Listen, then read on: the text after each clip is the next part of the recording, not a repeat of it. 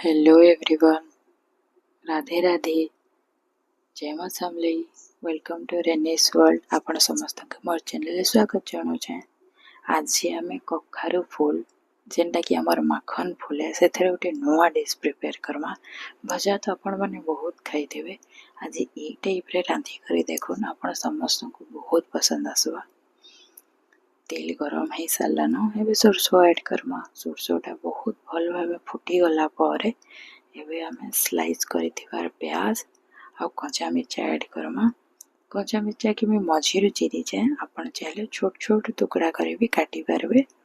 सेटा आपणकर उपरे एथाके टिके भाजी दमा, बस 20 सेकंड्स अराउंड। तापरे आमे नेक्स्ट इंग्रेडिएंट उपरे जिमा, जेनटा कि आलू है।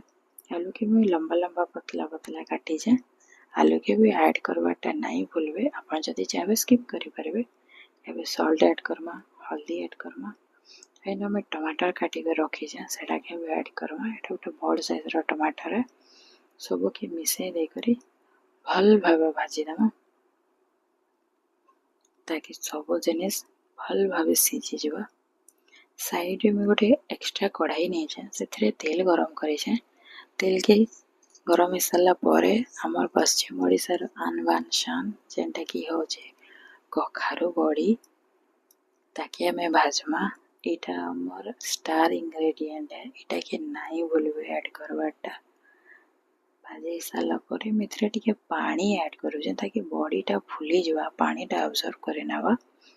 साइड देखि पारुथबे आलू टमाटर प्याज भी बहुत भल भाबे हे गला ना। आ स्टार इंग्रेडिएंट आउ गोटे जेनटा कि माखन फूल है। इतर भी नहीं डिशटा अधूरा है, ताकि भल भाबे बाछी करे धोई करी हल्दी पानी रे पकई थेली। हल्दी पानी रे काढ़ी करी फिर थरे धोई थेली सफा पानी रे, आ ताकि छानी करे रखी थेली। एटा के ऐड करमा आ सब के मिसई करी मिनटे भाजमा।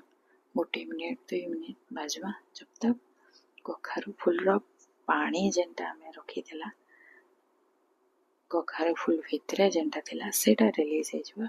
साइड बाय साइड बॉडी के भी मैं छोट छोट टुकड़ा करी करी भांगी देबी, ताकि छोट छोट टुकड़ा खाले बरेर टेस्ट ये डिश रे बहुत बढ़िया आसे।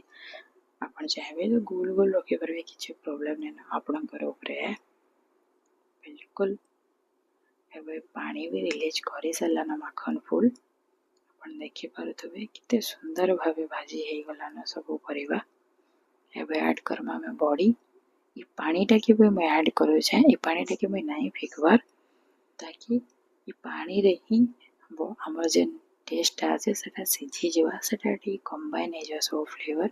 हमें एबे ताकि मसाला ऐड करमा, जेनटा कि हमर होममेड है मैजिक मसाला, ताकि ऐड करमा।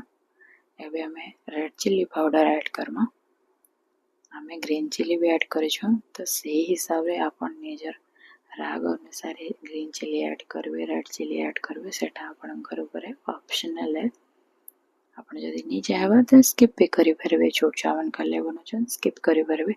एबा टिके ढापी कर 5 मिनिट पकामा। भाजी हे सारला न, रेडी हे सारला न।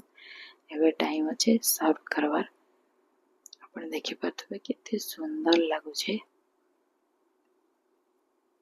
बहुत ही बढ़िया। थोड़े एंता जरूर बनावाले चेष्टा करबे। वीडियो जदि पसंद आसतबे गोटे लाइक करबे, शेयर जरूर करबे, सब्सक्राइब भी जरूर करबे। बेल आइकन प्रेस करले आपण के पाखे मोर एंता नुआ नुआ वीडियो सब ले पहुंचुथबा। वीडियो के पूरा देखिथिबार बहुत बहुत धन्यवाद। जय मां समलेई। राधे राधे।